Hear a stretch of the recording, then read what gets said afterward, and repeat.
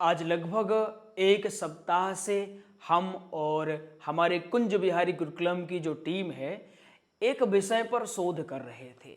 शोध करने का कारण यह था, पिछले कुछ दिनों से लगातार एक ही प्रकार का मैसेज हमारे पास बार बार आ रहा था। हमने विचार किया, वास्तव में वह विषय गंभीर था। आपको विषय के बारे में थोड़ा सा बताते हैं। विषय कुछ इस प्रकार है, हर वर्ष अगर एनालाइज किया जाए, जो कि हमने एनालाइज किया और पाया, प्रति वर्ष लगभग हजारों की संख्या में, अगर ज़्यादा नहीं है तो हजार से कम भी नहीं है, हजारों की संख्या में लोग कथाओं की तैयारी करते हैं। कोई भागवत कथा सीखता है, कोई श्री राम कथा सीखता है, कोई हनुमंत कथा, कोई शिव महापुराण इत्यादि। परंतु सफलता कितने लोगों को प्राप्त हो पाती है? तो जब हमने देखा तो हम भी चौंक गए। सफलता हजार में से केवल 50 या 100 तक ही सीमित है। और यहां सफलता से हमारा तात्पर्य यह है कि किसी ने कथा की तैयारी करी और उसके बाद उनको कहीं न कहीं कथा मिल रही है, वो कहीं न कहीं कथा कह रहे हैं, ना कि उन्होंने कथा सीखा, खूब प्रयास किया और सारा का सारा प्रयास विफल रहा और वो अंतिम में क्या कर रहे हैं, कहीं न कहीं नौकरी कर रहे हैं या कहीं न कहीं पूजा पाठ करवाने में लगे हैं या पूरा का पूरा यह मार्ग ही छोड़ करके अपने दूसरे नौकरी या व्यवसाय में लग गए हैं। यहाँ सफलता से तात्पर्य यह हमने देखा कि कथा सीखने के बाद कहीं न कहीं कथा मिले। और आप भी इस बात को मानते हैं। धरातल स्तर पर बात करें तो कथा सीखने के बाद अगर आपको कथा ना मिले लंबे समय तक तो आप हताश हो जाएंगे और हताश होने के बाद आपको भी ऐसा लगेगा कि मैं कुछ और कर लेता हूं जिससे कम से कम मेरा जीवन यापन चलता रहे। एक यथार्थ बात यही है कि भले ही आप कथा प्रवक्ता हैं, फिर भी आपके घर में बच्चे हैं, पत्नी हैं, माता पिता हैं, सब हैं। आपको सबका ख्याल रखना पड़ेगा। भले ही आपका धन कमाना उद्देश्य नहीं है, भले ही धन सब कुछ नहीं है, फिर भी धन कुछ न कुछ तो है ना। धरातली बात अगर करें तो हम धरातली बात पर ही विश्वास करते हैं। हमने एनालाइज किया और जब हमने पाया कि आखिर ऐसा क्यों होता है, क्यों ऐसा होता है, तो हमको कुछ चीजें प्राप्त हुई। आपको एक एक करके हम बताते हैं। देखो, अधिकांश लोग कथा सीखने की तैयारी करते हैं। अधिकांश लोग, मान लिया कि इन्होंने भी क्या सीखा, एक लक्ष्य लिया कि हम भी क्या सीखते हैं, हम भी कथा सीखते हैं। कथा सीखने का इन्होंने एक लक्ष्य तो लिया, काम भी इसके ऊपर किया, लेकिन अंतिम में हमने माना कि 2026 में इन्होंने कथा कहीं ना कहीं से सीखा, 2027 में सीखा। अब बात आई कि अब कहीं ना कहीं हमको कथा मिले, तो 2028 में एक व्यक्ति को कथा मिल गई और ये बाकी जो दो थे ये कहीं ना कहीं भटक रहे हैं। अभी इनको कहीं न कथा मिल रही है, ना ही कोई इनको बुला रहा है। अब इनके पास अगर समय है तो ये और सीखें, प्रचार करें, लेकिन अब जब समय इनके हाथ से निकल चुका है, उसके बाद ये क्या करेंगे? हताश होने के बाद कहीं न कहीं नौकरी या व्यवसाय की तलाश में यत्र तत्र भ्रमण करेंगे। होता क्यों है? जब हमने देखा तो हमने अधिकांश ये पाया कि अधिकांश बच्चे जो कथा सीखने के लिए आते हैं वो केवल और केवल देखा देखी में आते हैं। उनके भीतर ना जोश होता है, ना कथा के प्रति लगन। आप ये समझिएगा, अन्य विषय की तरह आप भागवत जी या अन्य कथाओं को मत लीजिए। आपके मन में अगर लगन नहीं है, तनिक भी संशय है कथा के प्रति या भगवान के प्रति, तो बिल्कुल आपको कथा ठीक से ना समझ में आएगी और ना ही कभी कथा आप कर पाएंगे। ये कड़वी बात मैं आपको बता रहा हूं। क्यों आपको बता रहा हूं? विद्वान जन ये कहते हैं, हमारे गुरुदेव भी कहा करते थे कि कथा रटने या सीखने का विषय नहीं, कथा तो कृपा का विषय है। आप पढ़ते जाते हैं, बरबस ही आपके ऊपर भगवान की कृपा हो जाती है और आप कहीं न कहीं अच्छे कथाकार निकल जाते हैं। तो एक कृपा तब होती है जब आप सच्ची निष्ठा से आते हैं। जब हमने देखा, एक उदाहरण के माध्यम से हम आपको समझाते हैं कि आखिर क्यों नहीं, जिनको मिल जाती उनको भी हम समझेंगे, जिनको नहीं मिलती उनको भी। एक प्रकार से हम इनका नाम लेते हैं, कोई भी नाम ले लेते हैं, हम इनका नाम लेते हैं विजय, है ना। ये विजय नाम के एक विद्यार्थी हैं। इन्होंने भागवत कथा सीखने की इच्छा जागृत की, लेकिन ये भागवत कथा सीख तो रहे हैं परंतु इनको निष्ठा, इनके भीतर निष्ठा की कमी है। हमने बहुत सारे लोगों को देखा है कथा करेंगे परंतु निष्ठा नहीं होगी कथा में। कर तो भागवत रहे हैं, कहीं ना कहीं जीवन यापन भी उनका भागवत जी से ही हो रहा है, भगवान के गुण गाने से ही हो रहा है, लेकिन भगवान में ही उनकी श्रद्धा नहीं है। जब आपकी श्रद्धा भगवान में नहीं है, आप भगवान को मानते ही नहीं हैं, आप केवल एक मौका देखकर क्या है कि कथा सीखेंगे, एक अवसर है कि हम भी कथाकार बन गए, हमारी भी लोग फोटो खींचेंगे, हमको भी लोग सम्मान देंगे, ये सोच करके अधिकांश लोग जब आते हैं, हमने देखा पर्सनल, हमने एनालाइज किया है, कम से कम 8 से 10 वक्ताओं को हमने एनालाइज किया है, वो केवल देखा देखी में, ना भगवान के प्रति निष्ठा है ना ग्रंथों के प्रति निष्ठा है। जब तक सामने रहेंगे श्रोताओं के तब तक बड़े भक्त प्रतीत होंगे, वैसे न कभी तिलक लगाएंगे, धोती कुर्ता तो दूर दूर छोड़ दीजिए, ऐसे लोगों को भी हमने देखा है, कभी तिलक नहीं लगाएंगे। तिलक कब लगाएंगे? जब श्रोताओं के सामने आना पड़ेगा तब तिलक लगाएं। धोती कुर्ता कब पहनेंगे? जब 4 लोग सामने आएंगे तब धोती कुर्ता पहनेंगे। ग्रंथ को ग्रंथ कब कहेंगे? जब 4 लोग सुनने वाले होंगे। भगवान की पूजा दूर दूर नहीं, भगवान को गाली तक देने वालों को मैंने सुना है, गाली तक दे रहे हैं। ऐसे लोगों पर क्या लगता है आपको भगवान की कृपा हो जाएगी? बिल्कुल नहीं। ऐसे लोग भागवत कथा कहने के अधिकारी ही नहीं है, या कोई भी कथा कहने के अधिकारी बिल्कुल नहीं है। और अधिकारी जो नहीं होगा वो तो भगवान उसको उसकी छटनी तो कर ही देंगे, स्वाभाविक सी बात है। तो ऐसे लोग जिनमें निष्ठा की कमी है, आप इस समझ लीजिए, मैं लिख करके दे देता हूं, आप कितनी भी मेहनत करो, आप इस मार्ग में तो सफल नहीं हो सकते। कोई और मार्ग आप ट्राई कर लीजिए, आप इस मार्ग में पक्का, ये गारंटेड ले लीजिए, आपकी सफलता बिल्कुल बिल्कुल बिल्कुल नहीं होने वाली है। पहले आपको निष्ठा किनके प्रति? सबसे पहले तो ग्रंथ के प्रति, उसके बाद संत के प्रति, गुरु के प्रति, फिर भगवान के प्रति। आप इनके प्रति निष्ठा पहले जागृत करें। जब आप इनके प्रति निष्ठा जागृत करेंगे तब जाकर के आपको कहीं न कहीं कथा समझ में आएगी, कहीं न कहीं आप कथा सीख पाएंगे। अन्यथा ऐसे भी हमने देखा है, निष्ठा का भाव जब होता है, लोग बढ़िया अच्छे अच्छे गुरुकुलों में दाखिला भी करवा लिए लेकिन सीख नहीं पाए, अच्छे अच्छे ग्रंथों का संग्रह कर लिए लेकिन सीख नहीं पाए। मौका मिल गया, बहुत सारे लोगों को हमने ऐसा भी देखा है, उनको अवसर देने वाले बहुत थे। कई सारे लोगों को हमने देखा, बच्चों को अवसर ही नहीं मिलता, उनके आगे पीछे कोई ऐसा होता नहीं जो उनको आगे बढ़ाए। लेकिन हमने ऐसे लोगों को भी देखा, एक महाशय जी को हमने देखा, उनको 3-4 मंच मुफ्त में मिल गए, फ्री में उनको मिले हैं, लेकिन उनके पास योग्यता नहीं थी तो उनको वो संभाल नहीं पाए। 3-4 मंच मिले, बहुत सारे उनकी फ्री कथा हो गई, केवल ऐसा था कि उनको जाना था, कथा करके आ जाना था कोई और के कारण, लेकिन उनके भीतर योग्यता न होने के कारण वो विफल हो गए। ऐसा होता है, क्यों? इनके कारण, निष्ठा पहले। अब जो हमने दूसरा विचार किया, दूसरा हमने पाया, तो दूसरा यह था कि निष्ठा तो चलो ठीक है, अगर निष्ठा किसी में है वो भी क्यों नहीं हो पा रहा? क्योंकि वह नवाचार नहीं कर रहा है ना। आप अगर नवाचार नहीं करेंगे, कुछ नया नहीं करेंगे, आप वही घिसा पिटा करते रहेंगे, तो आप कितना भी सोचें कि मैं आगे बढ़ जाऊं, नहीं आप बढ़ सकते।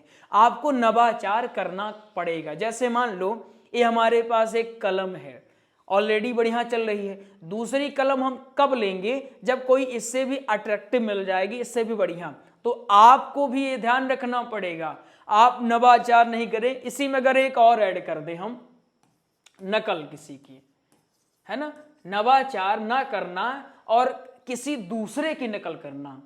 आप जब किसी दूसरे की नकल करते हैं तो आप उसी के जैसा बनते जाते हैं, आपका जो अपना होता है वो तो खो जाता है। हमने देखा ये ऐसा कर रहे हैं, हम भी ऐसा कर देते हैं, और उस चक्कर में आपको हो सकता है शुरुआत में लाभ भी हो, लेकिन वो लाभ क्षणिक होगा, दीर्घकालिक वो लाभ आपको नहीं मिलेगा। तो दो चीजें इसमें शामिल करें। पहला तो नवाचार न करना, मतलब वही घिसी पिटी चीजें। अब आपका श्रोता कौन है ये आपको ध्यान रखना पड़ेगा।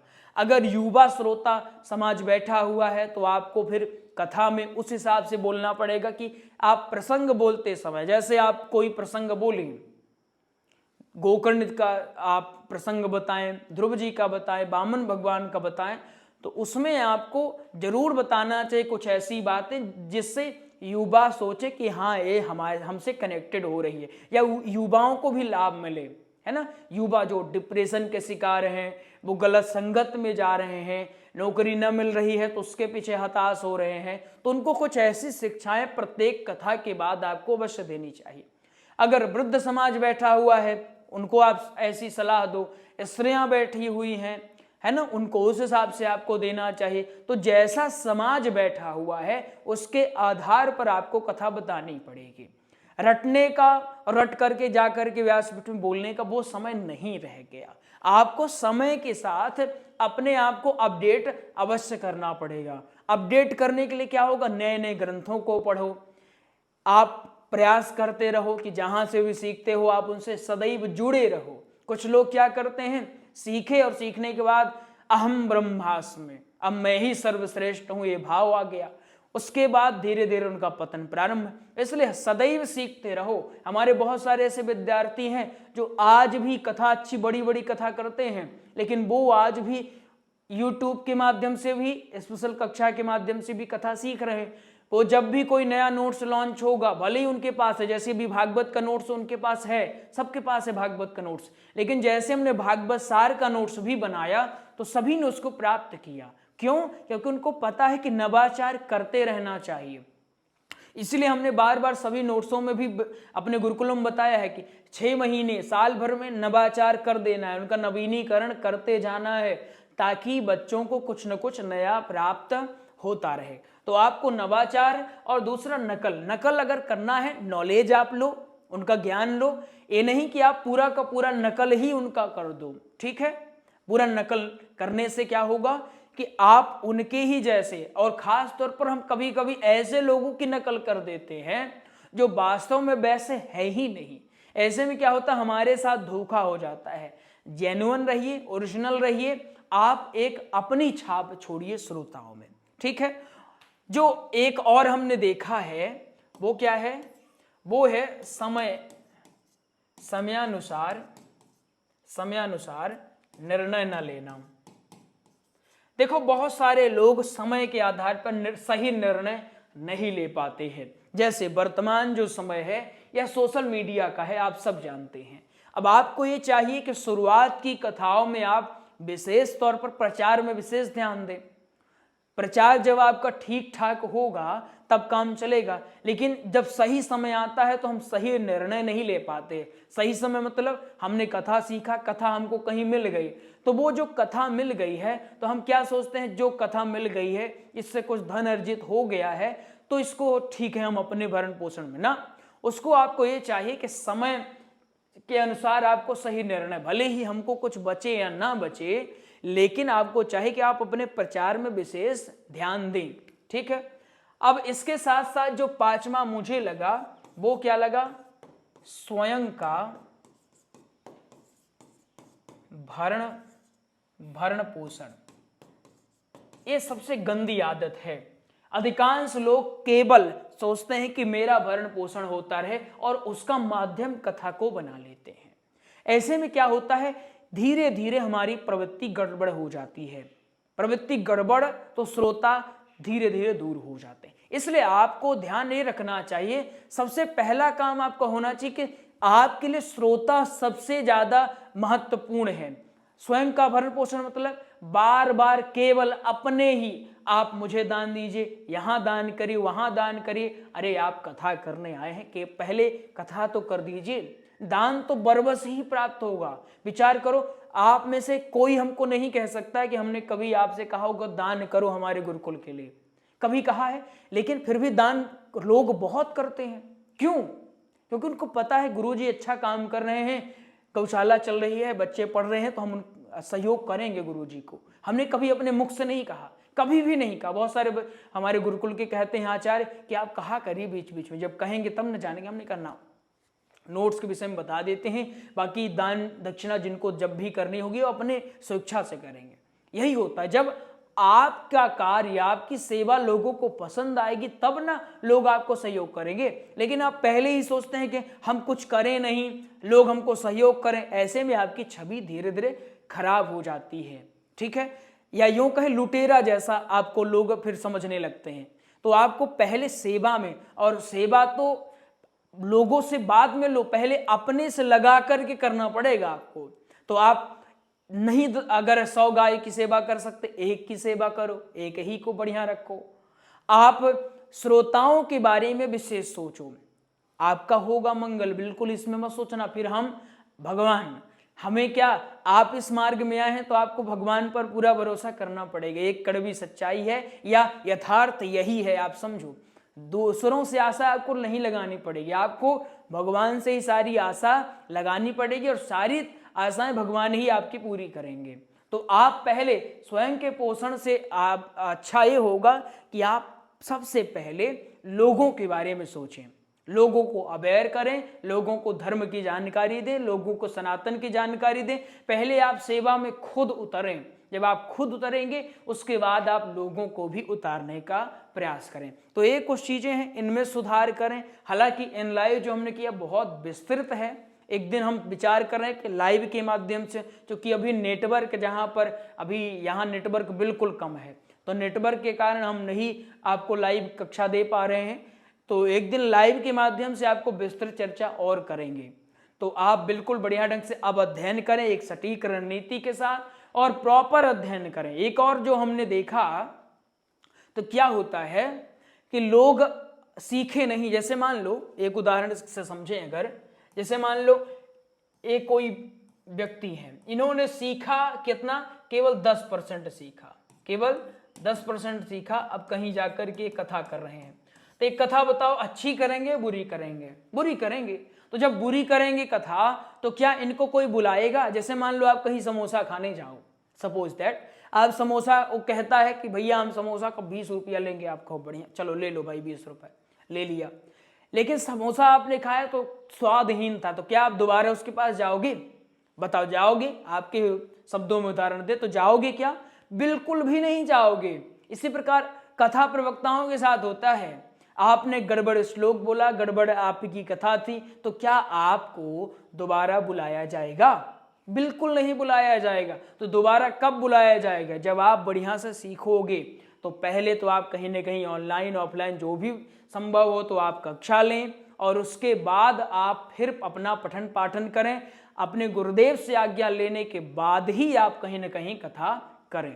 समझ गए? चलिए, आपको एक छोटी सी और महत्वपूर्ण जानकारी दे देते हैं नोट्स के विषय में। इसके पश्चात हम कक्षा यहीं पर विश्राम करेंगे। ठीक है, ये हमारे श्री कुंज बिहारी गुरुकुलम की ऑनलाइन कक्षाएं हैं। आप हमारे गुरुकुलम से भागवत कथा, श्री राम कथा, यथार्थ गीता सीख सकते हैं। बहुत सारे माता पिता कहते हैं हमारे बच्चे हमारी बात नहीं सुनते, हमारा कहना नहीं मानते, अनुशासन में नहीं रहते हैं, वो धीरे धीरे बिगड़ रहे हैं, गलत मार्ग में जा रहे हैं, मोबाइल की लत उनको परेशान कर रही, गलत संगत उनको परेशान कर रही। क्यों परेशान कर रही, ये तो सोचो पहले। आपने वजह तो बहुत बता दी क्यों कर रही है, क्योंकि वो धर्म से दूर हो रहे हैं। जैसे जैसे बच्चे धर्म से दूर होंगे, पक्का अधर्म के पास आ जाएंगे। स्वाभाविक सी बात है। धर्म से दूर होने का यही कारण है कि हम उनको सही से धर्म की शिक्षा नहीं दे पा रहे हैं। इसलिए उन बच्चों के लिए बनाया गया यथार्थ गीता। गीता के माध्यम से उनको सारी की सारी छोटी छोटी बातें, जिनके माध्यम से वो धर्म से जुड़ सकते हैं। तो आप उनको यथार्थ गीता में अवश्य जुड़ें। वैदिक ज्योतिष की कक्षा चलती है, शिव कथा एवं देवी भागवत की कक्षा, इस नंबर पे आप संपर्क कर सकते हैं। इसके साथ साथ ये भागवत कथा के नोट्स हैं जो कि 3 खंडों में प्राप्त होते हैं, इन्हें आप प्राप्त करेंगे। ये नंबर है, इसमें आप संपर्क कर सकते हैं। इसके बाद भजनामृत का नोट्स है। इसके बाद यह है हनुमंत कथा के सरलतम नोट्स है जो कि त्रिदिवसीय हैं। इसके बाद फिर श्री राम कथा के सरलतम नोट्स हैं, इन्हें आप प्राप्त कर सकते हैं। इसके बाद श्री शिव महापुराण के सरलतम नोट्स हैं, इन्हें आप प्राप्त कर सकते हैं। सत्संग के नोट्स हैं, आप इन्हें प्राप्त कर सकते हैं। ठीक है, तो आप बिल्कुल इन नोट्सों को अपने घर पर मंगाएं और बेहतर ढंग से आप अध्ययन करें। साथ ही साथ ऑनलाइन कक्षाओं में अगर एडमिशन लेना होगा तो नंबर आपके स्क्रीन पर है, आप बिल्कुल कॉल कर सकते हैं। राधे राधे। कुंज बिहारी लाल की जय।